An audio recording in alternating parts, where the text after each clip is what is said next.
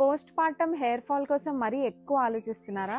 మీరు ఒకటి గమనిస్తే ప్రెగ్నెన్సీలో మనము మినిమం 2-3 రకాల విటమిన్ టాబ్లెట్స్ తీసుకుంటాము.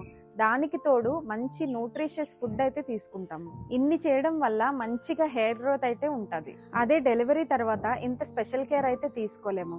హార్మోనల్ చేంజెస్ వస్తాయి, అంత టైం ఇవ్వలేము, ఆబ్వియస్లీ హెయిర్ ఫాల్ అవుతుంది.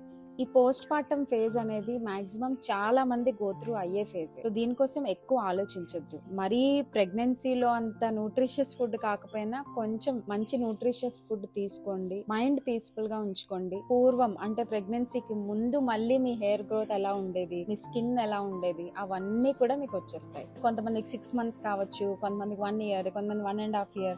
అలా కొంచెం టైం తీసుకున్నా సరే మళ్ళీ బాడీ పాతలా ఉన్నట్టుగానే అయిపోతుంది. సో మరిన్ని ఇలాంటి అప్డేట్స్ కోసం నా ఛానల్ని ఫాలో అవ్వండి. నా పేరు నందిని ప్రియ, ఆర్గానిక్ కాస్మెటిక్ ఫార్ములేటర్.